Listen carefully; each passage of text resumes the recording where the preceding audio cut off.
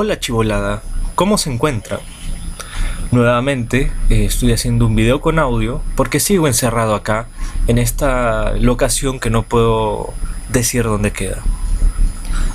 Como verán, el tema de este video va por esta renovada visión, interés sobre lo que fue el gobierno revolucionario de las Fuerzas Armadas, al menos del 68 al 75.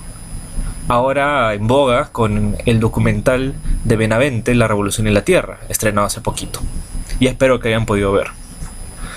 Entonces quise dar mi granito de arena diciendo cojudeces, y ahora, precisamente en respuesta a un video de un youtuber peruano conocido, pero que sentía que cometía ciertas inexactitudes, es conocido como Hugo Chugo, y él decidió hacer un video corto haciendo una evaluación del gobierno de las Fuerzas Armadas. Hoy les traigo una nueva sección del canal titulado Lo mejor y lo peor de. Ahí vamos a poner a los personajes que ustedes pidan. Empezamos hoy con Juan Velasco Alvarado. Antes de mencionar lo mejor de Juan Velasco Alvarado, debemos saber que la historia de su gobierno comienza cuando Fernando Belaúnde Terry estaba aún en el poder, a fines de los años 60. Belaúnde había ofrecido resolver el problema de la Brea y Pariñas, el cual era un complejo petrolífero ubicado en Piura. Estaba en manos de la International Petroleum Company. Esta empresa le debía una cantidad millonaria al Estado y se negaba a pagar porque alegaba que los terrenos eran privados y que no existía ninguna concesión por parte del Estado. Todo un caos escandaloso. Es ahí donde Velasco toma el poder mediante golpe de Estado en el año 68 y se autoproclama presidente del gobierno revolucionario de las Fuerzas Armadas. Al menos de forma elemental, Hugo Chugo trata de explicar por qué termina ocurriendo el golpe de Estado, pero hay fuertes inexactitudes. ¿A qué me refiero?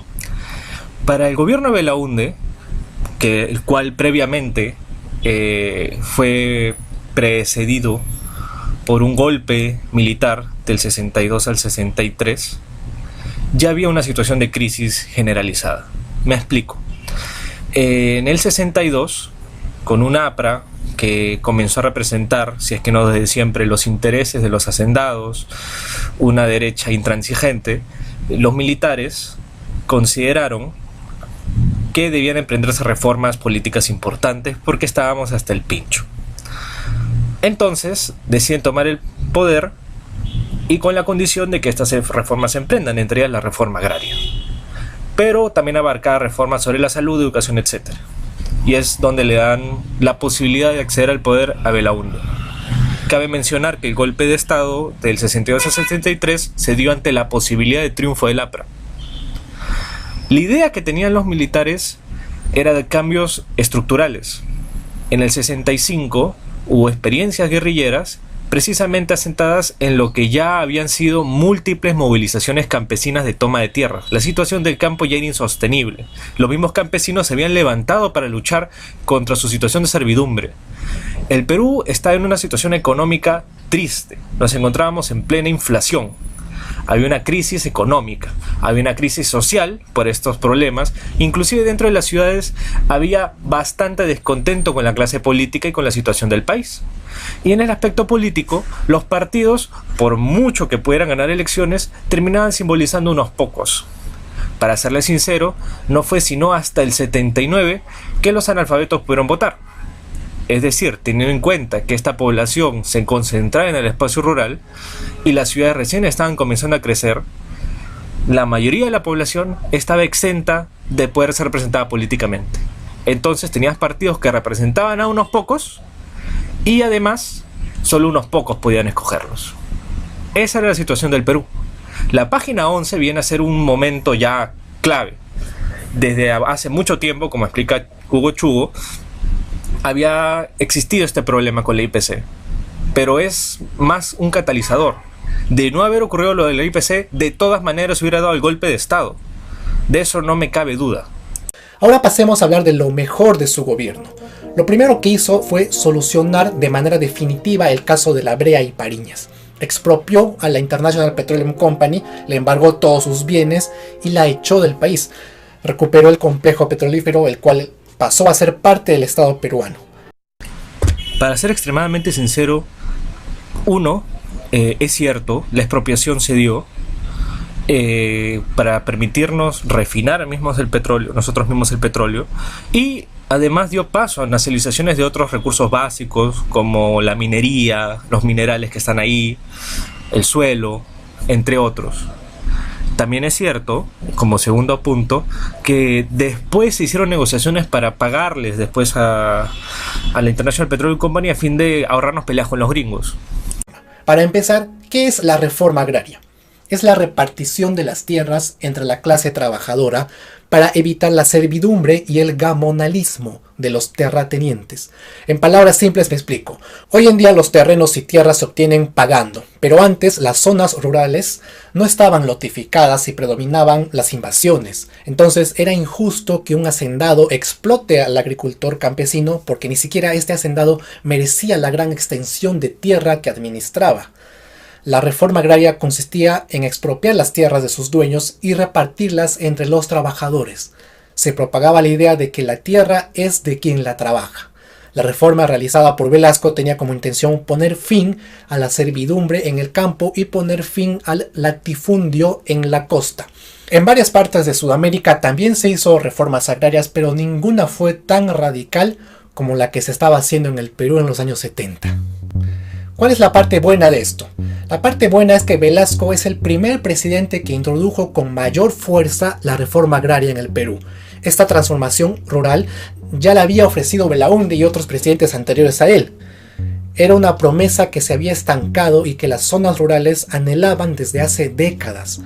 Acá caben hacer unas observaciones bastante interesantes. La primera es que es falso, no habían invasiones.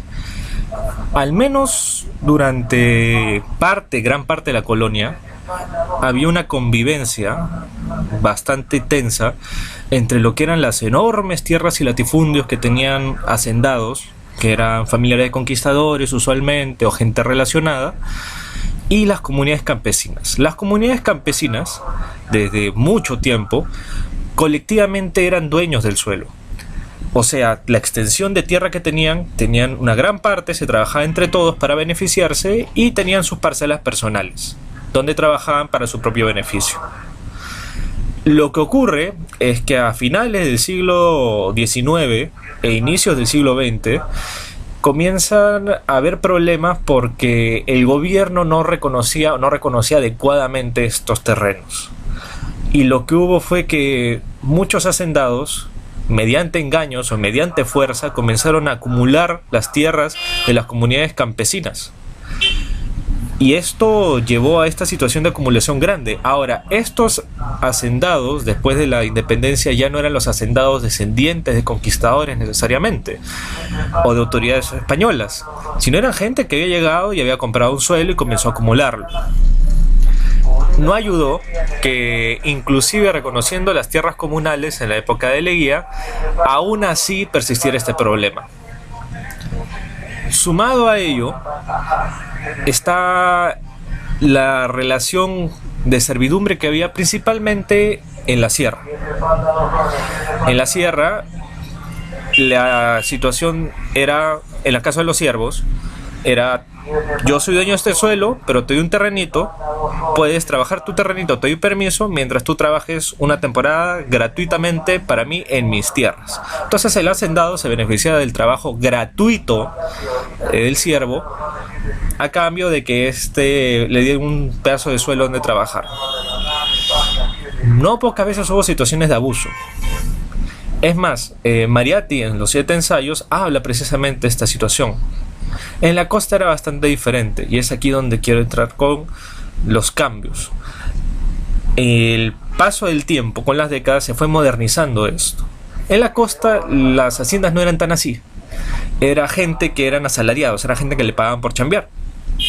Aún había trabajadores eventuales, pero no había situación de servidumbre. En la sierra, donde se mantenía situación de servidumbre, inclusive aparte de los abusos y semiesclavitud, había una suerte de comportamiento como de pequeño duque o señor feudal, es de que comenzaron a convivir también trabajadores eventuales, obreros pagados y también las mismas desigualdades dentro de las comunidades. Dentro de las comunidades había comuneros ricos que, si bien el Estado no reconocía que todos eran dueños colectivos del ganado, ellos los utilizaban y se beneficiaban con esto. Eso hacía la situación un poco más compleja.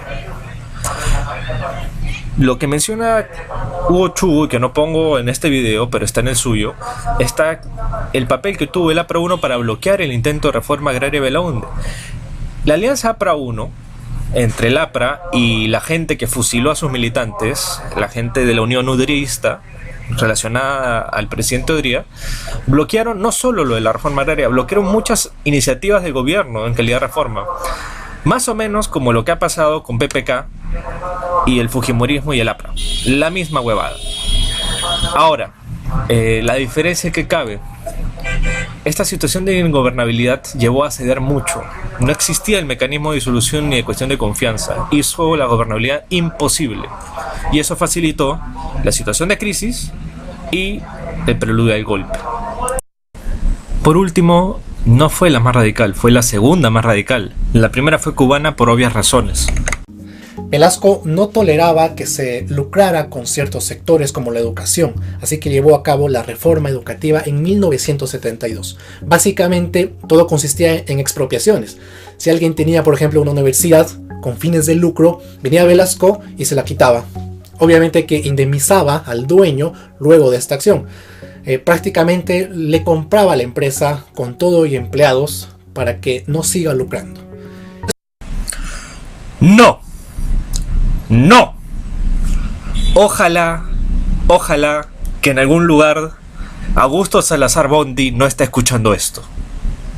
Eso no era la reforma educativa de 1972, elaborada en 1971 por la Comisión de Reforma de Educación. La reforma educativa de Velasco tenía como propósitos, primero, generar una visión crítica de la sociedad. Segundo, generar una cultura nacional. Tercero, la democratización en tanto acceso y gestión, que ahorita vamos a ver eso. Y cuarto, la inclusión de la educación inicial, que la cual disfrutas tú, o disfrutaste, mejor dicho, y familiares, parientes menores de edad, sino tus hijos. Ese es el tema. El primer punto es bastante simpático. Va en el proceso de concientización, un término utilizado por Augusto Salazar Bondy, autor de La educación del hombre nuevo, que participó en este proceso de la reforma, junto a otros conocidos pedagogos como Iván Illich y Paulo Freire. En este punto es generar que los estudiantes y las estudiantes tuvieran una visión crítica y que puedan analizar la realidad en la cual viven, comprender su lugar en el mundo y poder ver con una visión un poco más elaborada, un poco más confrontacional su realidad. Chibolos discutiendo la realidad nacional. Eso era el propósito. En el segundo punto, lo que permite la creación de una cultura nacional es identificación, ¿no? Había todo esto de la lucha contra el imperialismo gringo, que no solo era económico, sino también cultural, y buscaba generarse una identidad nacional fuerte. He ahí la figura de Tupac Amaru, he ahí el uso del quechua, inclusive para el himno nacional y el juramento ante la bandera, y el tema de la inclusión del folclore y lo criollo dentro de los medios de comunicación. El tercer punto es más simpático. La democratización iba por dos vías. La primera es facilitar el acceso, aumentar la cantidad de escuelas disponibles para la ciudadanía, ¿no? Que ya era un problema. La cantidad de alfabetos entre 1960 y 1974 subió al menos en un 30%, o sea, de 40 a 70 a 74, si no me equivoco. Y eso es un cambio espectacular. Había mucho analfabetismo en el país. Lo que hace el gobierno es campañas de alfabetización. Le enseñó a gente, a campesinos, que en su vida habían agarrado un cuaderno a leer y escribir para poder defender tus derechos. Y también darle eso a sus hijos, para que tuvieran un mejor futuro y pudieran tener una movilidad social más notoria. Y el otro aspecto fue lo de las NEP, Los núcleos educativos públicos, si no me equivoco, no, núcleos educativos participativos o algo así, era la muerte de la escuela tal como la conocemos. No eran gestionados por el director, sino involucraba a todo mundo, los profesores, directivos, padres de familia, estudiantes, miembros de la comunidad cercana e inclusive sindicatos y otro tipo de asociaciones participaban en el proceso educativo, porque inevitablemente tú educas a un chibolo, una chibola para que entre en sociedad en la cual vivimos, y lo que tiene que hacer es una educación que está adecuada a eso. Entonces tú, ni cagando, vas a tratar de enseñar en español a comunidades que hablan quechua. No vas a usar de referencia, por ejemplo, jirafas en medio de la selva. En la selva peruana no hay jirafas. Lo que haces es adaptar con esto a la realidad específica de la sociedad, pero también, con chibolos con una mirada crítica, ayudas a democratizar cómo funcionan las escuelas. ¿Te imaginas tú decidiendo sobre tu propia educación cuando eras chibolo? Tus padres tienen una voz más fuerte que el hecho simplemente de ir a reuniones de padres y familia. Los profesores votando sobre sus condiciones de trabajo. Ya bueno, eso eran los núcleos educativos que los masacró Morales Bermúdez.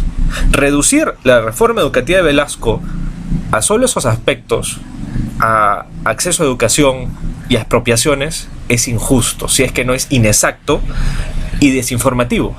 Si es que tuviera que hablar sobre el sector privado afectado por esta reforma, es la siguiente: los colegios privados estuvieron obligados a recibir estudiantes becados. Esa es la verdad. Mucha gente que no podía pagar su educación ahora sí tuvo la oportunidad. En resumen, el gobierno velasquista buscó el desarrollo industrial autogestionario para garantizar independencia económica. No. Tampoco. Mal. Una cosa fue la estrategia de nacionalizaciones que consideró el gobierno adecuado para la sostenibilidad económica, ¿no? De algún lado tenían que sacar fondos el Estado. Y por otro, lo que le llamó la estrategia económica de una economía plural, ¿no? El gobierno decidió llamarse socialista y proponer una democracia social de participación plena. ¿Qué es esto? Garantizar espacios donde la gente normalmente pueda participar directamente en la toma de decisiones que le involucran. Esto se tradujo en las cooperativas, se tradujo también en su vínculo con sindicatos, con pueblos jóvenes, y también en dos estrategias bastante simpáticas. La primera es la comunidad industrial. La comunidad industrial, creada por la ley de 1971, la ley de industrias, especificaba de que en ciertas empresas con un número de trabajadores, si no me equivoco, más de 40, no, más de 20, por ahí, era un número de 2 cifras, se les habilitaba a que los trabajadores fueran dueños colectivos de una cantidad de los activos, de las acciones, de la propiedad de la empresa, que comenzaba como con 20%, pero el punto era que fueron dueños de la mitad y participaban de las direcciones de directorio. ¿Te imaginas que en tu empresa tú puedas, en la empresa que trabajas, tú puedas tomar decisiones, sentarte con los dueños? Ya, eso iba a pasar. Eso es la comunidad industrial. Elegían representantes y se ponían a discutir con los dueños de la empresa sobre las condiciones de trabajo, sobre el manejo de la empresa, etc. Y lo otro son las EPS. ¿Qué es autogestión? Es que se gestiona solo. Una empresa autogestionaria es una empresa en la cual quienes trabajan ahí toman decisiones sobre cómo va, idealmente de forma democrática, idealmente por voto de mayoría o consenso, deciden sobre su propio director o gerente o la ruta que va a tomar la empresa, y los fondos dependen en gran parte de sí mismos. O sea, no es una empresa habitual. La propuesta de las EPS, diferente a las cooperativas, las empresas de propiedad social o EPS, era que fueran empresas que eran propiedad del Estado en forma práctica, en forma jurídica, de todos los trabajadores, que eran gestionadas por la gente que trabajaba ahí. Entonces esta gente se repartía tanto las ganancias como decidía cuánto se iba a la inversión de la misma empresa. Y una parte de eso se iba a un fondo común para financiar el resto de empresas de propiedad social.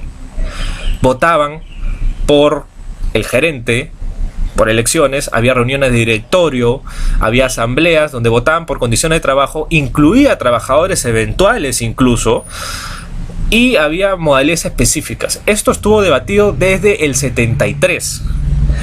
Se hizo ley en el 74 y comenzó a aplicarse tarde en el 75, pero se considera para muchos que es el aspecto central de lo particular que tenía este modelo. Para esto, muchos militares fueron a conocer experiencias autogestionarias de otros países. Las cooperativas de Mondragón, que son unas cooperativas gigantescas de tamaño de corporaciones, que ahora tienen ciertos problemas, porque mientras más grande es más difícil de participar. La de Yugoslavia, que también era propiedad social, funcionaba parecido a lo que se intentó acá, y que también llegó hasta ser conglomerados, ¿no? Yugoslavia fue conocida por ser un modelo alternativo al soviético. Las comunas populares chinas de la época de la Revolución Cultural, donde eran organizaciones locales que eran productivas, ¿no? Algeria, que tuvo autogestión en el campo y en algunas fábricas, entre otras.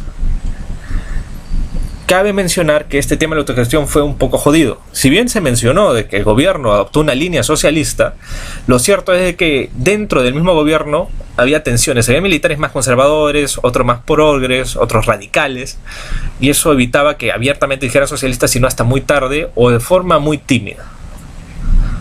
Pero eso quiero agregar. ¿Te imaginas la posibilidad de que tú decidieras sobre tu propio salario después del contrato? Votaras sobre tus condiciones laborales con la otra gente, votaran sobre quién va a ser su gerente y pudieran decidir la ruta de la empresa. Bueno, esa era la promesa de la autogestión. Ahora, amigos, vamos con lo peor del gobierno de Juan Velasco Alvarado. Lo primero que tengo que decir es dictadura. El gobierno revolucionario de las Fuerzas Armadas fue una dictadura con todas sus letras y no se puede negar. ¿Por qué? Velasco ingresó al poder mediante un golpe de Estado. Eso es dictadura aquí y en la China. Fue antidemocrática la manera como entró. No solo sacó a Belaúnde en pijamas, sino también cerró el Congreso, cerró las radios, tomó los medios de televisión, tomó los locales de los partidos de Acción Popular y el APRA, vulneró la libertad de expresión durante el golpe y también 6 años después cuando aplicó una ley mordaza. Cerró diarios El Comercio, Ojo Expreso, Correo, entre otros. Hostilizó a algunos políticos, partidos políticos, detuvo a los líderes opositores y los desterraba. Había una censura hacia la expresión del arte y la música extranjera. Acá ocurre una cosa bien simpática, lo cual es cierto, no podemos negar un hecho, ha sido un gobierno dictatorial.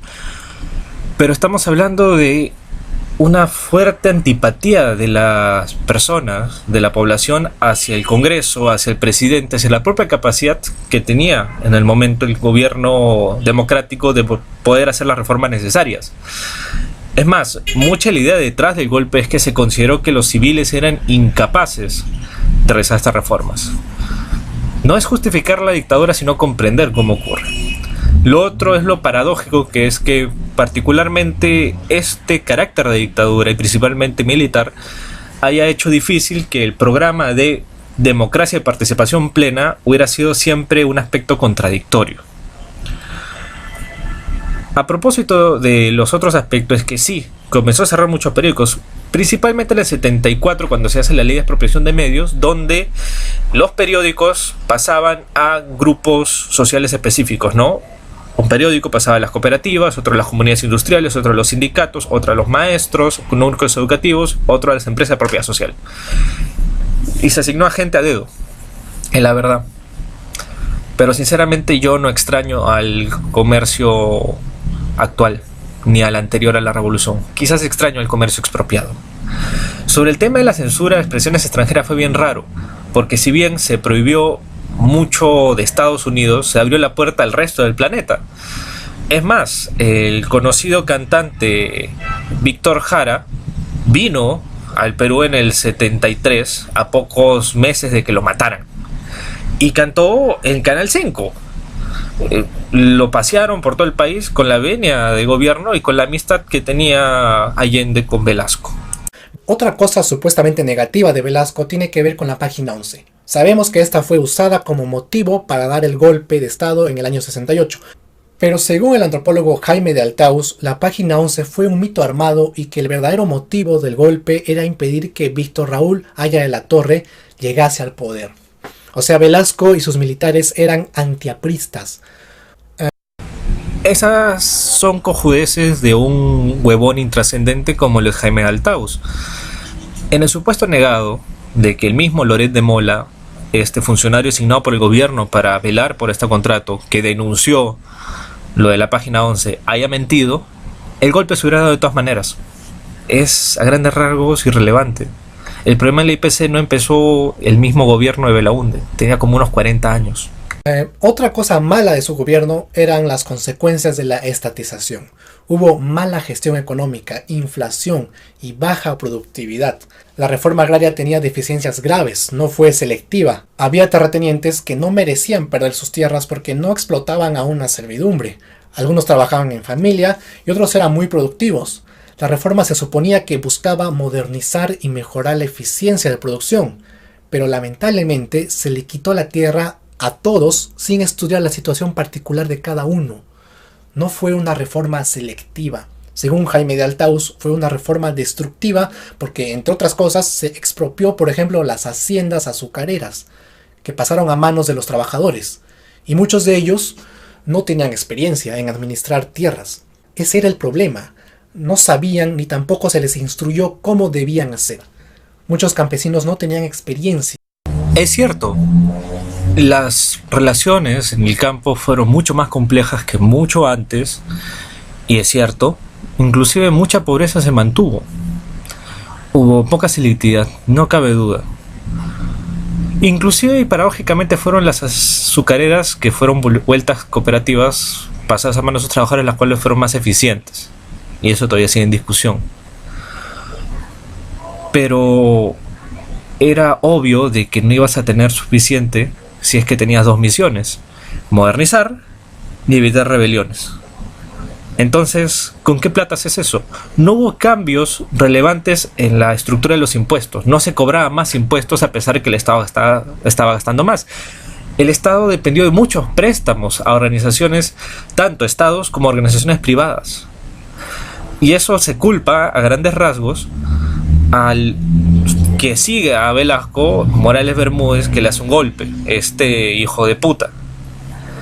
Entonces yo no sé hasta qué grado Altaus hubiera estado de acuerdo con el hecho de que si queríamos salvar la reforma agraria, la más radical de Latinoamérica después de la cubana, teníamos que subir los impuestos. Además, las tierras debieron haberse parcelado, pero no fue así. En lugar de eso se formaron cooperativas. Había falta de tecnología, falta de acceso a crédito, incluso llegó a haber corrupción dentro de las cooperativas. Muchos ingenieros agrónomos se veían perjudicados porque no podían trabajar la tierra, ya que eso significaba hacerle competencia desleal al campesino. Había un tribunal agrario que funcionaba en paralelo al sistema jurídico y que determinaba que era delito hacer empresa en el campo. La forma cooperativa era usualmente preferida para, en este caso, de reformas agrarias, porque el suelo necesita mucha mano de obra disponible, y precisamente si tienes mucha mano de obra disponible en una actividad que le exige, lo bueno es tener siempre a la mano. Y una cooperativa te garantiza eso: es mucho terreno, es varias manos, entonces es mano de obra disponible. Pequeñas parcelas es más fregado. Eso, o lo haces de una forma un poco más torpe, que es esperar que crezca la familia. Lo otro es que las cooperativas, precisamente por ser aglomeraciones de personas, hacen menos costoso el acceso a crédito.